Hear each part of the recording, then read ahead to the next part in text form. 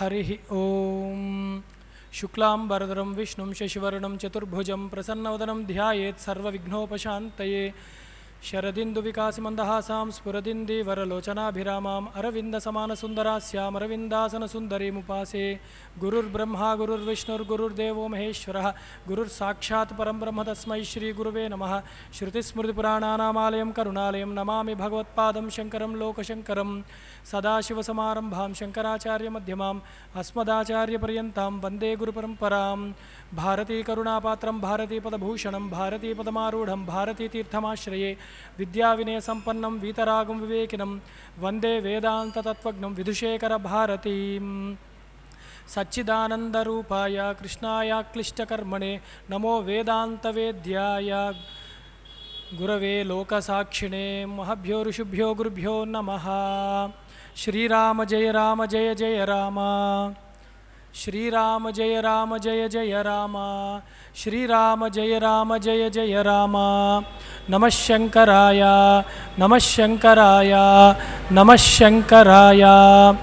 शारदे पाहि मां शंकर रक्ष मां शारदे पाहि मां शंकर रक्ष मां शारदे पाहि मां शंकर रक्ष मां।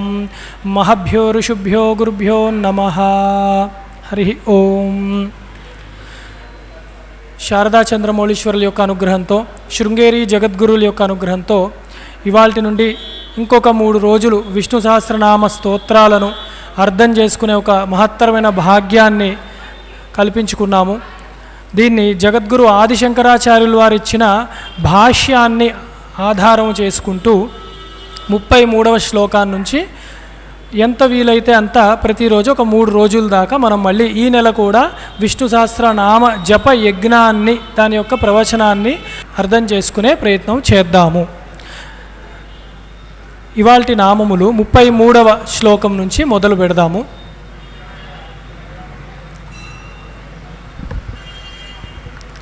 ముప్పై శ్లోకం నుంచి ప్రారంభిద్దాము.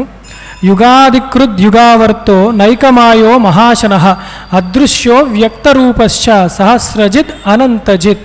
అద్భుతమైన నామాల గుంపు. ఎప్పుడూ చెప్పుకునేదే ఇవన్నీ నామములు అంటే ఇవన్నీ కూడా మనకి శ్రీకృష్ణ పరబ్రహ్మము లేదా శ్రీ మహావిష్ణువు యొక్క గుణగణములను చెప్తున్నాయన్నమాట. అంటే కేవలము పరమాత్మ నామములకు రూపములకు సంబంధించిన వాడు మాత్రమే కాదు, నామాతీతుడు గుణాతీతుడు రూపాతీతుడు కూడా. ఈ యొక్క ఎరుక మనం మనసులో పెట్టుకొని అయినా కూడా వారి గుణములను ఎలాగ మనం అర్థం చేసుకోవాలి, ఉన్నంతలో ఈ యొక్క మనుష్య జన్మ ఎత్తాము కాబట్టి ఎలా అర్థము చేసుకోవాలి, ఎలా తరించాలి అని తెలుసుకుంటూ అందుకు ఈ నామములను తెలుసుకొని వాటిని యొక్క పారాయణ చేస్తూ అర్థ విశేషాన్ని మనం తెలుసుకుంటూ ఉండే ఒక మహత్తరమైన ప్రయత్నంలోనే ఈ యొక్క యజ్ఞాన్ని మనం ప్రారంభిస్తున్నాం. మొట్టమొదట ఏమంటున్నారు అంటే యుగాదికృత్ అన్నారు. అంటే యుగాదికృతే నమః. యుగాదేహే కాలభేదస్య కర్తృత్వాత్ యుగాదికృత్. అంటే యుగములు కాలములని విభజించినవాడు పరమాత్మ. అంటే కాలాతీత స్వరూపుడు. కాలాన్ని కూడా నిర్ణయించే అధికారము శక్తి ఎవరికి ఉన్నది అంటే ఆ కాలస్వరూపముగా ఉన్న ఆ యొక్క శ్రీ మహావిష్ణువుకే ఉన్నదన్నమాట. ఆయన్నే యుగములను కాలములను, ఇది ఉపలక్షక న్యాయం. యుగము నుంచి అంటే ప్రతి యుగములు మనకున్న చతుర్యుగములు, అలాగే ఆ యుగములలో ఉన్న సంవత్సరాదులు, రోజులు, పక్షములు ఇవన్నీ కూడా ఎవరు నిర్ణయిస్తారు, ఎవరి ఆధీనంలో ఉంది అంటే ఆ శ్రీ మహావిష్ణువు యొక్క ఆధీనంలోనే ఉంటాయి. అందుకే ఇప్పుడు మనకు వస్తుంది తర్వాత ఉగాదిలోకే ప్రయాణం అన్నమాట. మనం పయనిస్తున్నాం కొత్త యుగములోకి. అంటే ఆ కాలస్వరూపముగా ఉన్నది కూడా పరమాత్మయే అయి ఉన్నాడు. అలాగే యుగావర్తాయ నమః. యుగాని కృతాదీన్యావర్తయతి కాలాత్మనేతి యుగావర్తః. అంటే యుగములు అన్నీ కూడా ఆయన తిప్పుతున్నాడు ఆ చక్రాన్ని. ముందు యుగంలో కృతయుగంలో ఎలా ఉందో తర్వాత వచ్చే కృతయుగంలో కూడా ఎవరు ఉండాలి, ఎలా ఉండాలి అన్న చక్రాన్ని తిప్పేది ఎవరు. ఒక యుగము తర్వాత ఇంకో యుగము రావాలి. కృతయుగము తర్వాత త్రేత, తర్వాత ద్వాపర యుగం, తర్వాత కలియుగము, మళ్ళీ కృతయుగం ప్రారంభం అవ్వాలి. ఈ మధ్యలో కొన్ని ప్రళయాలు వస్తాయన్నమాట. అది తాత్కాలిక ప్రళయాలు అవ్వచ్చు, మహాప్రళయం అవ్వచ్చు. ఈ చక్రాన్ని ఎవరు తిప్పుతున్నారు అంటే ఆ యుగావర్తుడైన ఆ శ్రీ మహావిష్ణువే ఈ యుగము కాలచక్రాన్ని ఆయన తిప్పుతూ ఉన్నాడనమాట. అలాగే నైకమాయాయ నమః. ఏకామయా న విద్యతే బహ్విర్మాయా వహతీతి నైకమాయ అని. అంటే ఈయన ఇవన్నీ ఎలా చేస్తున్నాడు అంటే ఒక మాయ కాదు, అనేక మాయలు. కేవలం ఒక విధముగానే సృష్టించట్లేడు. అంటే శ్రీ మహావిష్ణువు యొక్క మాయలు అనేకములుగా ఉన్నవి. అవి ఎలా ఉన్నాయి అంటే మనుషుడు ఎవడూ కూడా దాన్ని ఇదమిత్తముగా ఇది అండి మహావిష్ణువు యొక్క మాయ అని చెప్పడానికి వీలు లేదు. ఇది ఎలా అర్థం చేసుకోవాలి మనము అంటే అనేక యుగములు గడుస్తున్నాయి, అనేక కాలములు గడుస్తున్నాయి, అనేక జీవులు వస్తున్నారు వెళ్తూ ఉన్నారు. మరి ఒక్కొక్క జీవుడి యొక్క తలరాత ఎలా రాయబడుతోంది, వాడి యొక్క కర్మ విశేషాన్ని ఎవరు ఇవన్నీ గమనించి తీసుకుంటున్నారు అంటే ఆయనే. అనేకములుగా ప్రతి ఒక్కడికి వాడి యొక్క మాయ, ప్రతి ఒక్కడిలో పరమాత్మ ఉండి వాడి యొక్క కర్మ ఫలాన్ని అంతా కూడా కర్మని ముందు రాసుకుని ఆ కర్మ ఫలాన్ని ఇచ్చే ఒక పని పెట్టుకున్నాడు అన్నమాట. అందుకని ఎవరి మాయ వారిది, ఎవరి లోకము వారిది. అందుకని ప్రతి వాళ్ళకి ఆ మాయ అలాగే ఉంటుంది. అందుకే ఇదే లోకంలో ఒకడికి జ్ఞానం అబ్బుతోంది, ఇంకోటికి భక్తి అబ్బుతోంది, ఇంకోటి కర్మల్లో ఉంటున్నాడు, ఇంకోటి దేవుడే లేడన్న నాస్తిక వాదనతో ఉంటున్నాడు. అది అన్నమాట. ఒక మాయే అనేకములుగా భాషిస్తోంది కాబట్టి నైకమాయుడు అయి ఉన్నాడు శ్రీ మహావిష్ణువు. తర్వాత మహాశనః అంటే కల్పాంతే సర్వగ్రసనాత్ మహాదశనాత్స్యేతి మహాశనః. అంటే బాగా భుజించేవాడు అని అర్థం. మహాశనః అంటే ఏమిటి ఆయన తింటాడు అంటే ఉపనిషత్తులోనే చెప్పారన్నమాట. ఆయన మృత్యువునే ఒక ఉపశేషణం అంటే ఒక ఆవకాయలాగా ఆయన నంజుడు పదార్థంలా మృత్యువునే చేసుకొని గ్రసిస్తూ ఉంటాడట ప్రళయకాలం వచ్చినప్పుడు. అంత గొప్ప భోజనం చేసేవాడు. అంటే సృష్టికర్త శ్రీ మహావిష్ణువు, స్థితికర్త ఆయనే, లయకారకుడు కూడా శ్రీ మహావిష్ణువే. అంటే ఇక్కడ చెప్పేది ఏమిటి అంటే మనము లయమవుతోంది అంటే మృత్యుదేవత లయము చేస్తున్నాడు అని అనుకుంటున్నామేమో. ఆ మృత్యుదేవత కూడా ఆ నారాయణుడి యొక్క స్వరూపములో లయమైపోతూ ఉంటాడు. ఈ విషయమే మనము ఆ పరమాత్మ యొక్క వాక్కులు భగవద్గీతలో స్పష్టంగా తెలుస్తుందన్నమాట. మనకి విశ్వరూప సందర్శనంలో చూసినప్పుడు ఇవే చెప్తూ ఉంటారు. ఆ విరాట్ స్వరూపుడు మృత్యువుతో సహా తనలో లయం చేసుకుంటూ ఉంటాడనమాట. అందుకని ఆయన్ని మహాశనుడు అంటున్నాడు.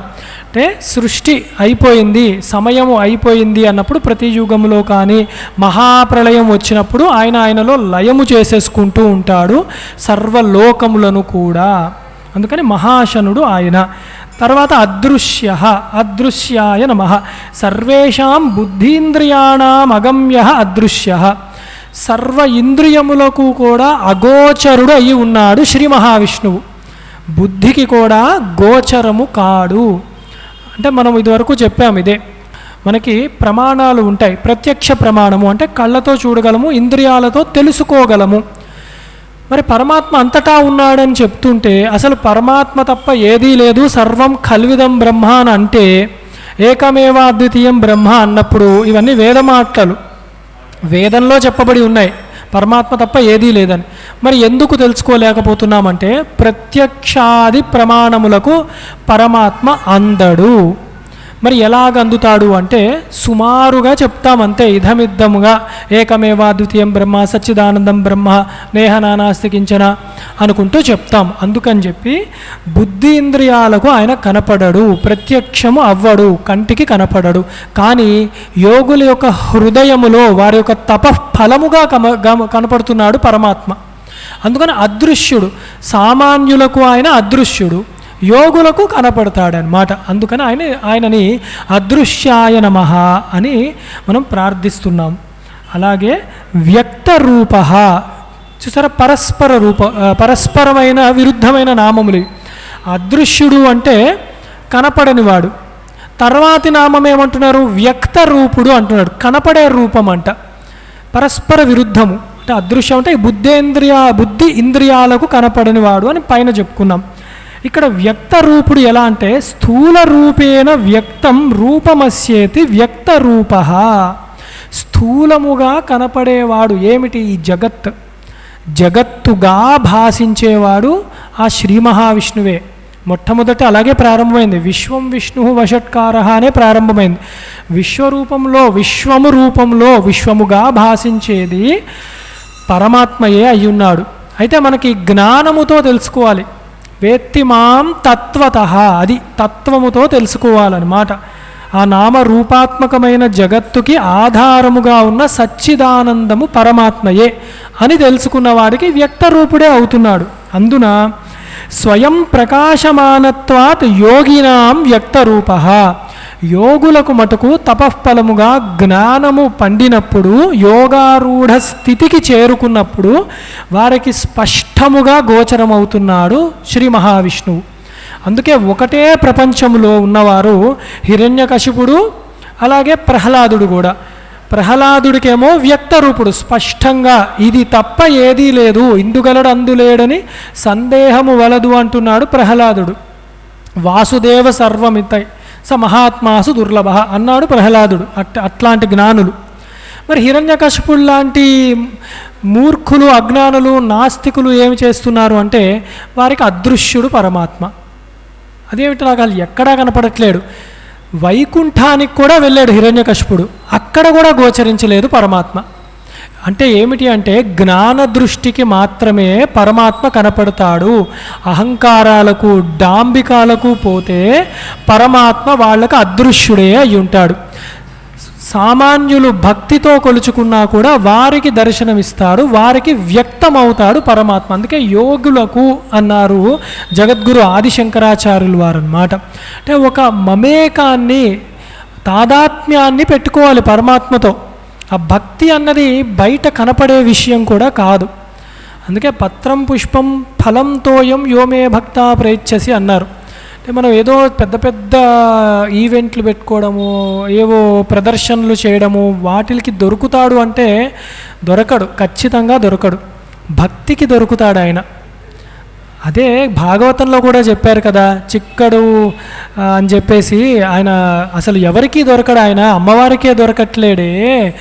చిక్కడు శృతి లతికావలికిన్ అని చెప్పి అసలు శృతికి దొరకట్లేడు ఆయన, కానీ అమాయకమైన యశోద భక్తికి దొరికాడయ్యా అన్నారన్నమాట. అందుకే అలా వ్యక్త రూపుడు, అలా చూసినప్పుడు ఆ మహావిష్ణువు యందు భక్తి మన యందు ఎలా భాషించాలో మనకి తెలుస్తుంది. అలాగే సహస్రజితే నమః అన్న నామం. సహస్రాణి అసురాణం యుద్ధే జయతీతి సహస్రజిత్. వేల కొలది అసురులను సునాయాసముగా గెలిచినవాడు శ్రీ మహావిష్ణువు, పరమాత్మ, ఈశ్వరుడు. అంటే ఆయనకి ఎప్పుడూ ఓటమి లేదు. ఏ అవతారము ఎత్తనివ్వండి, ఆ అవతారంలో ఎప్పుడూ విజయములే ఉన్నాయి ఆ పరమాత్మకు. అలాగే తర్వాతి నామము అనంతజిత్. సర్వభూతాని యుద్ధ క్రీడాదిషు సర్వత్రా చింతశక్తితయా జయతీతి అనంతజిత్. అంటే సర్వభూతములునే జయించి ఉన్నవాడు ఆయన. అలాగే యుద్ధ క్రీడలో యుద్ధము కనుక శ్రీ మహావిష్ణువు ఎదురుకుండా ఎవరైనా నిలబడితే వారు చిత్తుగా ఓడిపోవలసినదే. అలా చెప్పిన అవతారం ఏది స్పష్టంగా అంటే ప్రతి అవతారం చెప్పిందే. ముఖ్యంగా యుద్ధము అన్నప్పుడు మనకు గుర్తొచ్చేది శ్రీరామచంద్రమూర్తి. అదే కదా మనకి గోపరాజు గారు కూడా చెప్తూ భండన భ్రీముడార్తజన బాంధవుడు ఉజ్వల బాణ తూణ కోదండ కళాప్రచండ భుజతాండవ కీర్తికి రామమూర్తి కిందని.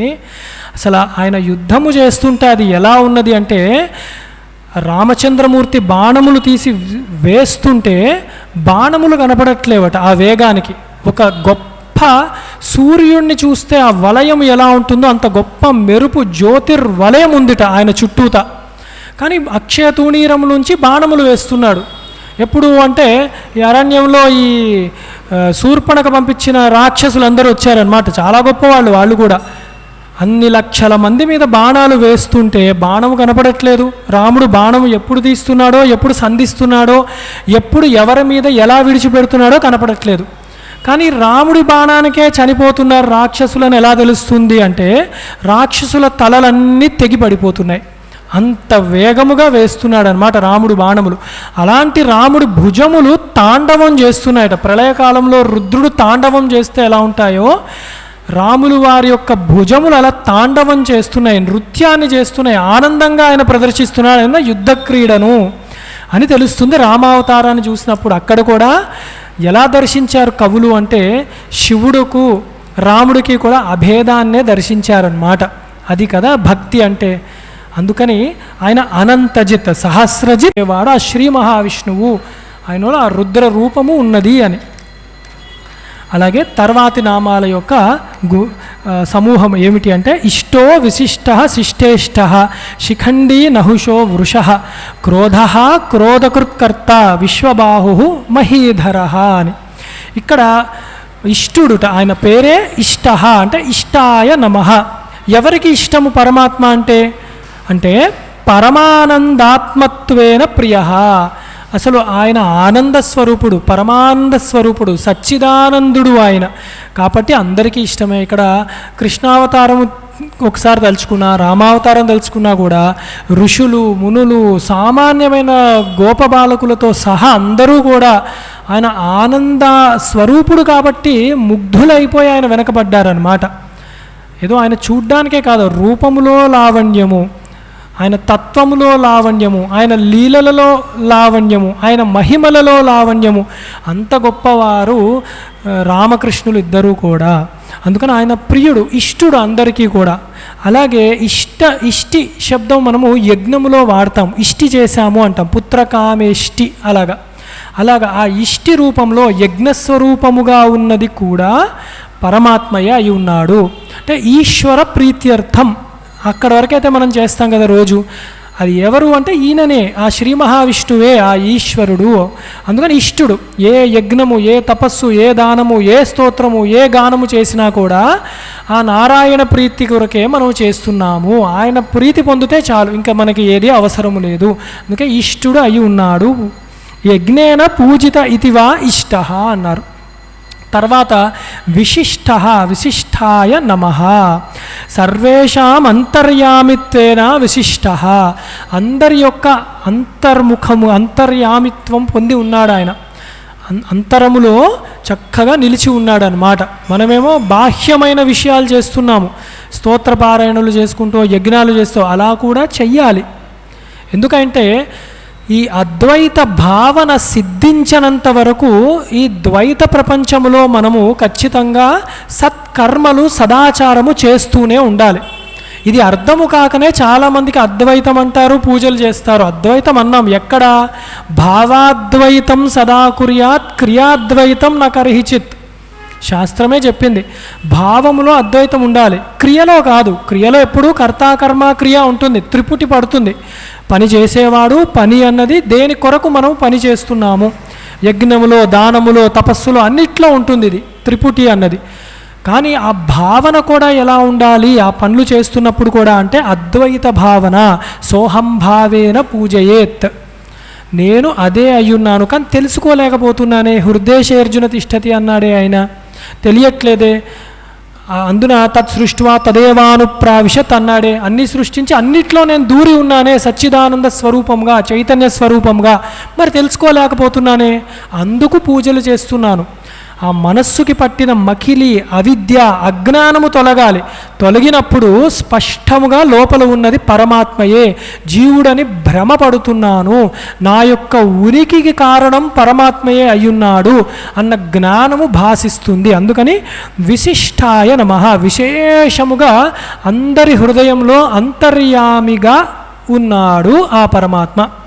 అంతర్యామి అని పాడిన పాటలు కూడా ఉన్నాయి కదా, అన్నమయ్య కూడా. అలాంటి వారు దర్శించారు. అట్లా వారి అనుభూతి వేరు, బయట మాటలు వేరన్నమాట.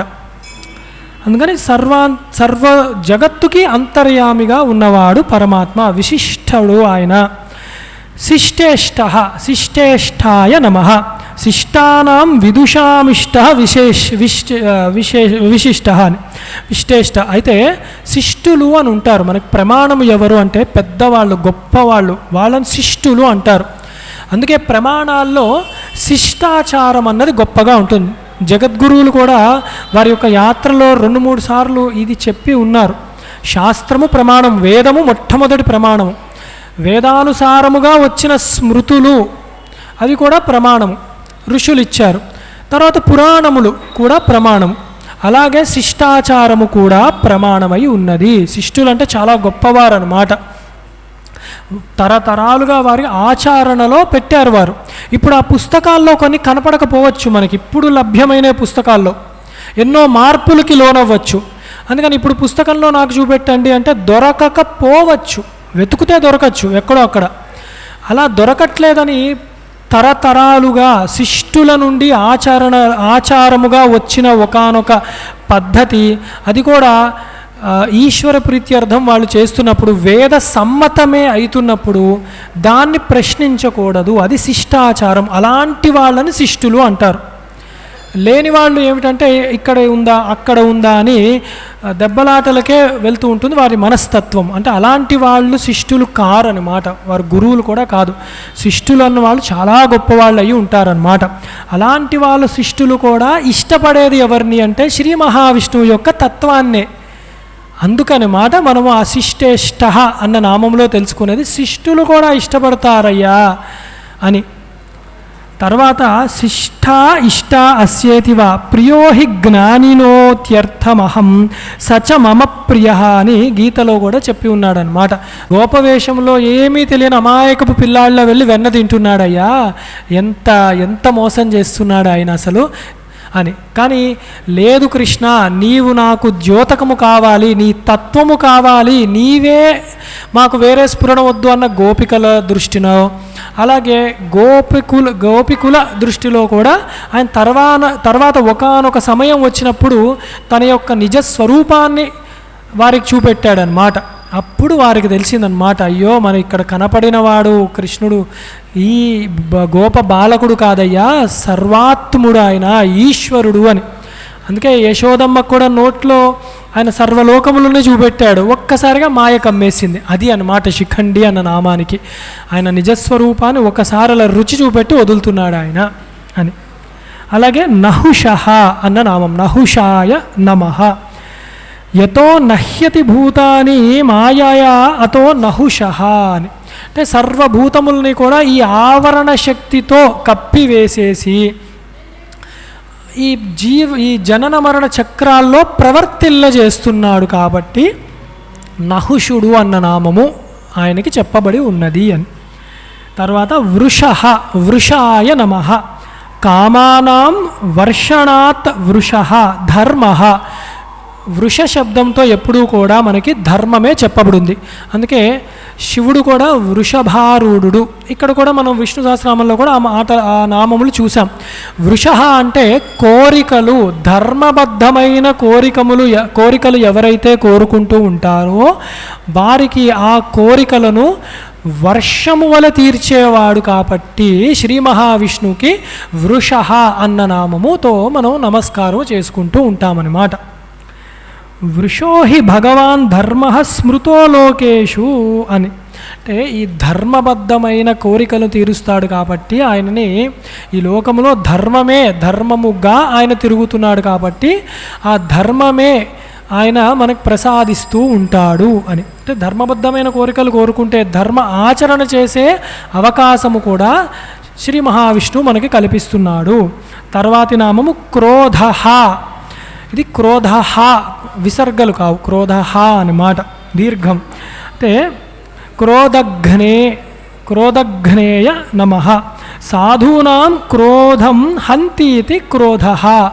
సాధు పురుషులు ఉంటారు, ఏదో ఒక కారణంగా సత్వగుణము కలిగి ఉన్నా కూడా అప్పుడప్పుడు వారికి ఏదో ఒక రకంగా ఏదో ఒక విధముగా కోపము రావచ్చు. కానీ వారు సాధు పురుషులు సత్వగుణాన్ని అభ్యాసము చేస్తున్నారు కాబట్టి వీళ్ళెవరికీ కూడా కోపము రాకుండా, క్రోధము రాకుండా ఆ శ్రీ మహావిష్ణువు సాధు పురుషుల యందు కోపముని హరించి వేస్తూ ఉన్నాడు. అందుకు ఆయన క్రోధ అన్న నామముతో మనము ఆయన్ని ప్రార్థిస్తున్నాము. తర్వాత క్రోధకృత్ కర్త, క్రోధకృత్ కర్త్రే నమః. అసాధుషు క్రోధం కరోతీతి క్రోధకృత్. అసాధువులు ఉంటారు, అంటే నీచ మానవులు ఉంటారు. మరి ఎప్పుడు ఎక్కడేం మాట్లాడో తెలియదు, సమయం సందర్భం తెలియకుండా కోప్పడుతూ దూషిస్తూ ద్వేషాన్ని చూపిస్తూ ఉంటారు. వారిని అసాధువులు అంటారు. వేదం ఒకటి చెప్తుంది కదయ్యా అంటే మేము వేదాన్ని నమ్మమంటాం. పోనీ పురాణంలో చెప్పారు కంటే అది నమ్మమంటారు. మరి ఏమి నమ్ముతావంటే నాకు తోచింది నమ్ముతాను అని చెప్తూ ఈ ద్వేషాన్ని, దుర్మార్గాన్ని బయటికి చూపిస్తూ ఉంటారు. వారిని అసాధువులు అంటారు. ఇంకా సులువుగా చెప్పాలంటే మనసా వాచా కర్మనే ఎవరినైనా బాధిస్తే వారిని అసాధువులు అంటారు. ఇంకా చెప్పాలి అంటే సాధు పురుషులు ఉంటారు. వారి మానాన వారు ఏవో పూజలో, జపాలో, తపస్సో, హోమాలో, యజ్ఞమో, కీర్తనలో, భజనలో ఏవో చేసుకుంటూ వారి ప్రయత్నం వారు భగవానుసంధానం అవుతూ ఉందామని ప్రయత్నిస్తూ ఉంటారు. వారిని ఇబ్బంది పెట్టేవాళ్ళు అసాధువులు. అలాంటి వాళ్ళకి కోపాన్ని బయటపెట్టి వారి యొక్క నిజ గుణాన్ని, ఆ లోపల దాచుకున్న కుళ్ళు కుతంత్రాల్ని బయట పెట్టేది ఎవరు అంటే శ్రీ మహావిష్ణువే. అందుకని క్రోధకృత్కర్త. అసాధువులకి క్రోధం ఎందుకు వస్తోందండి అంటే వాడి లోపల బయట ఒకలాగా వేషం వేసుకుని తిరుగుతూ ఉంటారు, లోపల కుళ్ళు కుతంత్రాది ద్వేషములతో ఉంటారు వారు. కానీ ఒకానొక సమయంలో శ్రీ మహావిష్ణువే వారి బుద్ధిలో అలాంటి వైక్లభ్యాన్ని కలిగించి వారి యొక్క కుబుద్ధిని బయట పెట్టే ప్రయత్నం శ్రీ మహావిష్ణువే చేస్తాడు. అందుకని క్రోధకృత్కర్త ఆయన. అలాగే క్రోధకృతాం దైత్యాదీనాం కర్త ఛేదక ఇత్యేకం అని ఈ దైత్యులను సంహరించడానికి కూడా పరశురామాది అవతారములలో పరమాత్మ వచ్చాడు. అలాంటప్పుడు కోపముతోనే, ఆవేశావతారముతోనే ఆయన సమూలముగా ఆ దైత్య బుద్ధి కలిగిన వాళ్ళందరినీ కూడా నాశనము చేస్తాడు. కాబట్టి ఆవేశావతారములవి. అలా కూడా శ్రీ మహావిష్ణువే క్రోధకర్త అని చెప్పబడుతూ ఉన్నాడు. తర్వాత విశ్వబాహు, విశ్వబాహవే నమః. విశ్వేషాం ఆలంబనత్వేన విశ్వే బాహవే అస్యేతి. ఈ బాహువులు అంటే ఆధారము కదా, పట్టుకోవడానికి చెప్తాం దేన్నైనా. ఆయన ఏం పట్టుకుంటున్నాడంటే విశ్వాన్ని పట్టుకుంటున్నాడు. ఆయన ధర్మార్థ కామమోక్షములు అన్న పురుషార్థములను ఇస్తూ ఆయన ఈ లోకములన్నిటినీ కూడా ఆయన పట్టుకుని ఉంటున్నాడు. పరమాత్మ ఆయన చేతులతో ఆయన భరిస్తున్నాడు అన్నమాట ఈ విశ్వాన్ని. అలాగే విశ్వతో బాహవో అస్యేతివా విశ్వబాహు.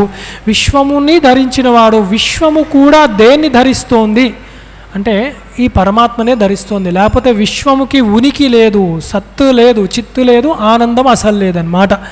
అది దుఃఖహేతు అయిపోతూ ఉంటుంది అని. అలాగే మహీధర, దాన్ని చెప్పేదే తర్వాత నామము. మహీం పూజాం ధరణీం వా ధరతీతి మహీధర అని ఈ భూమండలం అంతా కూడా ధరిస్తున్నాడు, భరిస్తున్నాడు అని ఒకటి. భూమండలంలో ఉన్న సకల జీవులు కూడా లేదా మనుష్యులు కూడా సత్పురుషులు కూడా పరమాత్మనే ధరిస్తున్నారు, పరమాత్మనే కోరుకుంటున్నారు. అందుకని మహీధరుడు ఆయన. గొప్పగా ఆయన్నే పట్టుకోవాలి. ఈ విశ్వం అంతలో కూడా ఏది పట్టుకోవాలి అంటే ఏది వద్దు, పరమాత్మని పట్టుకోండి తరిస్తారు అని. అవి చెప్పే నామములే. తర్వాత మళ్ళీ ఇంకొక నామము యొక్క గుంపులోకి ప్రవేశిస్తూ ఉన్నాం మనము.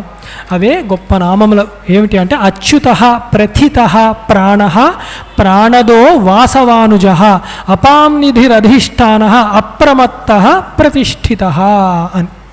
అచ్యుతః, అచ్యుతాయ నమః. మనం ఆచమనం చేసేటప్పుడు కూడా ఇది చాలా గొప్పగా చెప్తుంటారు. అచ్యుతానంత గోవిందాయ నమః అని చెప్పి కూడా మహామంత్రం అని చెప్పబడుతూ ఉంటుంది. ఏదైనా దోషములున్నా కూడా పోతూ ఉంటాయి అని. ఏమిటా అచ్యుత నామంలో గొప్పది అంటే చ్యుతి కాకుండా కాపాడేవాడు. చ్యుతము అంటే పడిపోవడం, జారిపోవడము. అందుకే సాధకులకు చాలా అవసరము. సాధన చేస్తూ చేస్తూ ఉంటాం, ఒకానొకసారి మనసులో కొంచెం ఏదో ఇబ్బంది కలుగుతుంది, జారిపోతూ ఉంటారు సాధనలో. అది అలసత్వము, నిద్ర, తంద్ర ఇవన్నీ వస్తూ ఉంటాయి. అంటే ఒక బద్ధకము, ఒక నీరసము, ఎవడో వచ్చి బుద్ధిలో ఏదో కల్పిస్తాడనమాట. అవసరమా, గుడికి వెళ్తేనే దేవుడు ఉన్నట్ట, దేవుడు అంతటా లేడా? మరి అంతటా లేనప్పుడు వాడు దేవుని దర్శనం చేసుకోవచ్చు కదా, వేరే వాడితో ఎందుకు ఈ మాటలు? అంటే ఒక కుబుద్ధి, ఒకనొక అశ్రద్ధ కలిగించాలి జనాలలో అని ఒక కుబుద్ధితో చెప్తూ ఇలా కలిగిస్తూ ఉంటారు. ఇవన్నీ విని చూడగా మనలో శ్రద్ధాలోపము కలిగే అవకాశం ఉంటుంది, చ్యుతము ఏర్పడుతుంది. అందుకని స్వామిని ప్రతిసారి కూడా ఎలా దండం పెట్టుకోవాలంటే, నా సాధనలో, నా ప్రయత్నములో జారిపోకుండా కాపాడవలసిన బాధ్యత నీ యందు ఉంది. ఎందుకు? నీ భక్తుడను నేను కాబట్టి నీవు అచ్యుతుడవని నీకు పేరే ఉంది స్వామి. మీరు గీతలో చూడండి, అచ్యుత అంటూ ఉంటాడు అర్జునుడు ఎక్కువ. ఎందుకంటే ఆ నిర్ణయ శక్తి జారిపోకూడదు అనమాట. ఎప్పుడు కూడా వాడెవడో మాట్లాడుతున్నాడు అంటే, అశ్రద్ధ కలిగిస్తున్నట్టే మనం దానికి వశము కాకూడదు. అందుకని చెప్పి అచ్యుత అని చెప్పి, ఎందుకు అచ్యుత అన్నప్పుడే వెంటనే అనంతుడు, అనంతాయ నమః, అనంత రూపంలో ఉన్నది నీవే గోవింద. ధర్మాన్ని, గోశబ్దంతో ధర్మము కూడా చెప్పబడుతూ ఉంది, వేదము చెప్పబడుతూ ఉంది. కాబట్టి నీవు కాపాడాలి నన్ను జార విడచకుండా అంతటా వ్యాపించి ఉన్న ఆ శ్రీ మహావిష్ణువు నాకు నా యందు ధర్మముగా గోచరించాలి, ధర్మము నా యందు గోచరించాలి. అందుకు అచ్యుత అనంత గోవింద అని అలా నమస్కారం చేసుకుంటూ ఉన్నాను. ఎందుకంటే కొందరు చాలా తెలివిగా ఉంటారు, వారి యొక్క సిద్ధాంతంలో పస ఉండదు, విషయం ఉండదు. అందుకు ఏం చేస్తారు, ఇంకో సిద్ధాంతంలో దుమ్మెత్తిపోసే ప్రయత్నం చేస్తూ ఉంటారు. పాపం అదొక దుస్థితి. అందుకే అంటారు కదా, కాళ్ళు లాగే ప్రయత్నం చేస్తున్నారు అంటారు. బాగా గుర్తుపెట్టుకోండి, కాళ్ళు లాగేవాడి స్థితి ఎక్కడ ఉంటుంది? కాళ్ళ దగ్గర ఉంటుంది. అంతకంట నీచంగా దిగజారిపోయి ఇంకోళ్ళ కాళ్ళు లాగుతున్నారంటే వాడు అప్పటికే కింద పడిపోయి ఉన్నాడు. పడిపోయిన వాడిని మళ్ళీ తన్నక్కర్లా, వాడి కిందనే ఉన్నాడు. అయితే అంతే గౌడపాదాచార్యులు వారు చెప్తారనమాట, వీళ్ళందరూ ఎలా ఉంటారంటే, స్వసిద్ధాంతం వ్యవస్థాప్య ద్వైతినో దృఢ నిశ్చయ పరస్పరం విరుధ్యంతే తైరయం న విరుధ్యతే అని. ఈ ద్వైత దర్శనం అంటే దేవతల్లో భేద దర్శనము, మనుషులలో జాతి భేద దర్శనం, మేం గొప్ప మీరు చిన్న, ఇట్లా. అలాగే సిద్ధాంతాల్లో కూడా ఈశ్వరుడు వేరు, జీవుడు వేరు, ఇలాగ ఎక్కడికక్కడ ముక్కలు చేసేసి విభజన కలిగించే వాళ్ళని ద్వైతులు అంటారు. అంటే ఎప్పుడు రెండు భావనలు ఉంటాయి వాళ్ళకి, మేము గొప్ప అవతలవాడు తక్కువ. ఇలాంటి ద్వైత దర్శనం కలిగిన వాళ్ళు ఏమి పెట్టుకుంటారంటే, ఎప్పుడు కూడా స్వసిద్ధాంతం వ్యవస్థాప్య, మా యొక్క సిద్ధాంతమే గొప్ప, మా యొక్క సిద్ధాంతమే గొప్ప, ఇది చెప్పుకుంటూ ఉంటారు. ఎందుకు చెప్పుకోవాలండి అసలు? అంటే అయ్యో, ఇప్పుడు మనం చూస్తాం కదా, ఏదైనా వస్తువు 10 సార్లు అమ్ముకుంటున్నారంటే ఎందుకు అమ్ముకుంటాడు? అది విలువైన వస్తువు అయితే వేరే వాళ్ళే వచ్చి మరీ కొనుక్కుంటారు ఆ వస్తువుని. విలువైంది కాదు కాబట్టే వీడు వెళ్ళి అమ్ముకోవాల్సి వస్తుంది, అంతే కదా. అట్లనే ఈ అశ్రద్ధ కలిగించే నాస్తిక భావజాలాలు కలిగిన వాళ్ళందరూ కూడా మాదే గొప్ప, మేము చెప్పిందే వినండి, మా పుస్తకాల్లోనే చదవండి అని ఇలాగా బుద్ధి అందు అశ్రద్ధ కలిగించడానికి తయారవుతూ ఉంటారు.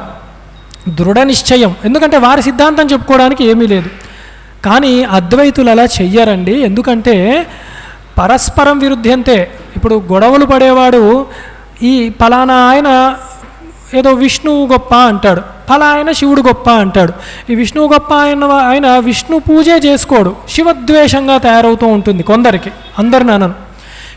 శివుడే ఇష్టము అన్నవాడు కొందరు ఎలా ఉంటారంటే, అంటే ఫలానా ఆయన మా శివుడిని అన్నాడని చెప్పి వాడు విష్ణుద్వేషిగా తయారయ్యే అవకాశాలు ఉంటాయి.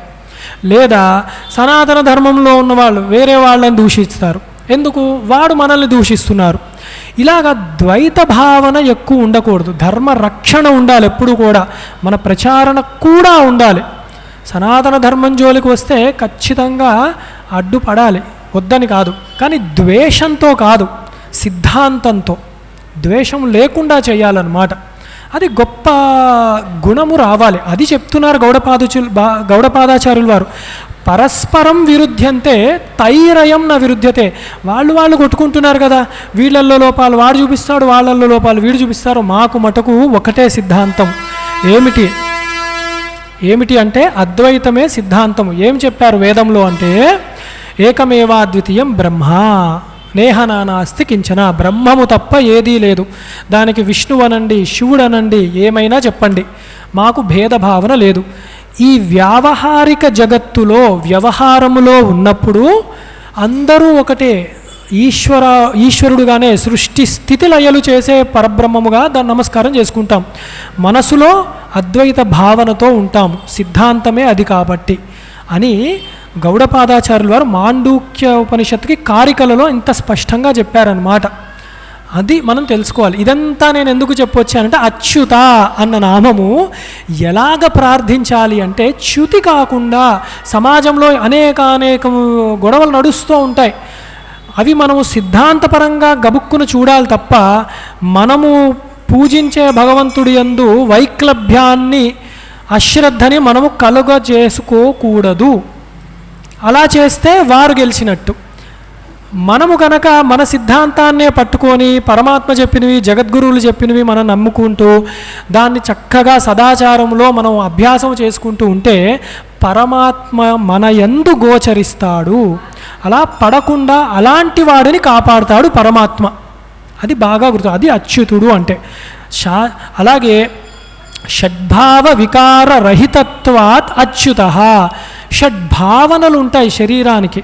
అంటే ఒక శరీరం అన్నది కానీ అది పుడుతుంది, జాయతే, అస్తి కొంతకాలం ఉంది, వర్ధతే అంటే అది పెరుగుతూ ఉంటుంది, తర్వాత పరిణమతే మార్పుకి లోనవుతుంది, క్షీయతే తగ్గిపోతూ ఉంటుంది, చేతులు కాళ్ళు పటుత్వము జ్ఞాపక శక్తి అన్నీ తగ్గిపోతాయి, తర్వాత నశ్యతే. షడ్భావ వికారములు ఉంటాయి, 6 భావములు. ఈ 6 భావములు కూడా పరమాత్మకు లేవు, జీవుడకు లేవు. అందుకని అచ్యుతుడది, చ్యుతము కాదు, ఎప్పటికీ జారిపోదు పరమాత్మ. జీవుడు కూడా అంతే. ఇదే విషయం 2వ అధ్యాయంలో భగవద్గీతలో స్పష్టంగా ఉంటుందన్నమాట. అలాగే మనకి ఉపనిషత్తులో కూడా అంటారు ఏమిటి, శాశ్వతం శివం అచ్యుతం. చూసారా ఎంత గొప్ప మాట. శాశ్వతుడు పరమాత్మ, శివం మంగళస్వరూపుడు, అచ్యుతం చ్యుతి కానివాడు, చ్యుతి పొందనివ్వకుండా చూసుకునేవాడు అని. అంత గొప్ప నామం అచ్యుతుడు అంటే. అలాగే ప్రథితః, ప్రథితాయ నమః. జగదుత్పత్యాది కర్మభి ప్రఖ్యాతః ప్రథితః. గొప్ప కర్మలు చేస్తూ ఉంటాడు పరమాత్మ. ఏమిటి అంటే సృష్టి స్థితి లయలు చేస్తూ ఉంటాడు ఆయన. అంత గొప్ప కర్మలు చేసేవాడు కాబట్టి ఆయనకు అంత గొప్ప నామము ఉన్నది. ప్రథితుడు అంటే ప్రముఖుడు, గొప్పవాడు అని అన్నమాట అర్థం. గొప్ప పని చేసేవాడు అంటే సృష్టి స్థితిలయలు చేస్తాడు ఆయన అని. తర్వాత ప్రాణః, ప్రాణాయ నమః. మన యందు ప్రాణముగా ఉన్నాడు పరమాత్మ. ఈ విషయము మనము అంటే ఇక్కడ భీష్మాచార్యులు వారు చెప్పారంటే ఎంత గొప్ప విషయం అది. ప్రశ్నోపనిషత్తులో ఉంటుంది ప్రాణం యొక్క విషయం చెప్తూ, ప్రాణం ఆధారంగా ఎలా ఉన్నదని చాలా గొప్ప తర్కము చేస్తూ చెప్తారన్నమాట. ఉపనిషత్ ప్రతిపాదమైనది. అలాగే ఇక్కడ ఏమి చెప్పారు జగద్గురు ఆదిశంకరాచార్యులు వారు అంటే సూత్రాత్మన ప్రజా ప్రాణయతీతి ప్రాణః. సూత్రాత్మగా ప్రాణమే అయి ఉన్నది. అది ప్రాణములు నిలబెడుతోంది శరీరాన్ని. గతవతి వాయో దేహాపాయే. భజగోవిందంలో చెప్పారు కదా, వాయువు పోయిందా అంటే శరీరం పడిపోయినట్టే. పిల్లలు కూడా పుట్టిన వెంటనే ఊపిరి చూస్తారు. అందుకే ఊపిరి ఆడట్లేదంటే వారిని తిరగేసి 4 దెబ్బలు కొట్టి వాళ్ళు ఏడిచి ప్రాణము అదే ఊపిరిలు ప్రాణశక్తి మళ్ళీ వస్తోందా అన్న వరకు పాపం వైద్యులందరూ ప్రయత్నిస్తారు. ఆ 2 సంబంధం అన్నమాట. శరీరము ప్రాణము అన్నది. శరీరం ఉన్నంత వరకు ప్రాణం, ప్రాణం ఉన్నంత వరకు శరీరం అన్నమాట. అలా అన్యోన్యంగా ఉంటాయి 2 కూడా. అలాంటి ప్రాణం ఇప్పుడు కూడా మనం ఊపిర్లు తీసుకుంటున్నాం. ఎక్కడి నుంచి? బయట నుంచి. వదులుతున్నాం, బయటికి వదులుతున్నాం. తీసుకున్నప్పుడు అలా ఆగిపోయి మళ్ళీ ఉచ్ఛ్వాస అయ్యి నిశ్వాస లేకపోయినా, ఉచ్ఛ్వాస లేకపోయినా అయిపోయినట్టే ఆ శరీరం పని. అందుకని అలా కాకుండా సమయానుభావముతో పరమాత్మ ప్రాణరూపంలో, ప్రతివాడిలో ప్రాణరూపంలో నియంత్రణగా ఆయన ఉంటున్నాడు అంటే అంతకంటా దయ ఏముంది అసలు. ఎగ ఊపిరి రాకుండా దిగ ఊపిరి రాకుండా ఆయన యోగ శక్తిగా ఉంటున్నాడు. అంటే ప్రయత్నంగా తీసుకోవట్లేం, ప్రాణం ఊపిరి తీసుకోవాలని ప్రయత్నం లేదు, నిద్రపోతున్నాం, ప్రాణాలు నడుస్తూనే ఉంటాయి. సుషుప్తి అవస్థలో గాఢ నిద్రలో ఉంటాం, 3 అవస్థల్లో కూడా ప్రాణము వెళ్ళి వస్తూనే ఉంటుంది. ఆ సంచరించేది పరమాత్మయే అయి ఉన్నాడు. అది తెలుసుకుంటే చాలు కదా. పరమాత్మ ప్రాణస్వరూపముగా ఉన్నాడే, నా ప్రాణము నీవు అంటే ఇది అని మాట. నీవు లేక నేను లేనంటే ఇలా అనాలంటే ప్రాణస్వరూపముగా ఉన్నాడు పరమాత్మ అని. అలాగే ప్రాణోవా అహమస్మి ఇతి బహ్వృఛాహ అని, నేనే ప్రాణముగా అయి ఉన్నాను అన్న భావన రావాలి మనకి. అందుకే చూడండి, ఆలోచనలు వెళ్తూ ఉంటాయి మనకి, లక్షల కొలది ఆలోచనలు వస్తూనే ఉంటాయి. అవన్నీ నియంత్రించగలమా? నియంత్రించలేము. ఎన్ని ఆలోచనలు మనం కొట్టివేయగలము? సాధన చేసేటప్పుడు చెయ్యలేము. అప్పుడు మనం ఏమి చేయాలి అంటే ఏదో ఒక నామము లేదా ఊపిరులను తీసుకోవాలి మంచిగా. ఊపిరి బాగా తీసుకున్నప్పుడు మనం గమనిస్తే ఆలోచనలు తగ్గిపోతూ ఉంటాయి. అంటే తర్వాత ఇంటికి వెళ్ళినప్పుడైనా ప్రయత్నించండి. మా విద్యార్థులకు ఇదే చెప్తూ ఉంటాను, మా శిష్యులకి ఏమి చెప్తూ ఉంటానంటే రామ రామ రామ అంటూ ఉన్నారనుకోండి, మాట నడుస్తూ ఉంటుంది. అలాగే ఊపిరి తీసుకోండి, అంటే ఇది ఒక ఎక్సర్సైజ్ లాగా. ఊపిరి తీసుకుంటూ ఉండండి, నడుస్తుంది. ఇప్పుడు ఈ 2 కలిపి చేసే ప్రయత్నం చేయండి. అంటే రామ అంటూనే ఊపిరి కూడా ఒకసారి ఉచ్ఛ్వాస నిశ్వాస 2 సరిగ్గా తీసుకోవాలి. అది కుదరదు మీరు చూస్తే, అనడము రామ అలా రాదు. ఒకేసారి ఊపిరి తీసుకుంటే రా అన్న మా ఆగుతుంది అట్లా. అందుకని మన వాళ్ళు అది చెప్పారు, మన ఊపిరి మీద ధ్యాస నిలబెట్టు అంటే మనము జపము చేస్తూ చేస్తూ కూడా ఏ స్థితికి వెళ్ళాలి అంటే రామ రామ శివ శివ అనుకుంటూ ఒకానొక సమయంలో పడుకున్నప్పుడు ఆలోచనలు నడుస్తూనే ఉంటాయి, ఊపిరి దానిలో కలిసిపోయి నడుస్తూ ఉంటుంది, మనం గమనించం. అలా సహజముగా ఊపిరులు జపము యజ్ఞము, జపము యోగము, జపము ధ్యానం అయిపోవాలన్నమాట. ఊపిరి చాలా సులువుగా తేలికగా అయిపోతుంది. అదే ఆధ్యధారయ శ్రోతసాసమం సరళ చింతనం విరళత పరమని ఉపదేశ సారంలో రమణ మహర్షి కూడా చెప్పారు. అది నెయ్యి ఇలా వేస్తే ఎంత సరళముగా వెళ్ళిపోతూ ఉంటుందో, తేలికగా ఆలోచనలు జపము ధ్యానము ఊపిరిలో అంత బాగా వెళ్ళిపోవాలి. అంటే అంత మమేకాన్ని పొందాలి మనం చేసే జపములో. అది ఎలా అవుతుంది? ప్రాణశక్తిగా ఉన్న పరమాత్మయే చేయగలడు. కాబట్టి ఆ ప్రాణము, ఆ ప్రాణశక్తిగా ఉన్న పరమాత్మకు అభిన్నముగా ఉన్న భగవన్ నామము, ఈ రెండిటిని కలిపి జపము చేస్తూ ఉంటాం. అప్పుడు యజ్ఞానాం జపయజ్ఞోస్మి అంటే తెలుస్తుంది. అంత చేయాలన్నమాట యథార్థానికి. లేని పక్షంలో ప్రయత్నం చేస్తూనే ఉండాలి నిరంతరం. నమశంకరాయ నమశంకరాయ, శివ శివ, నారాయణ, వాసుదేవ, హరి అనుకో ఏదో నామము, భగవన్నామము.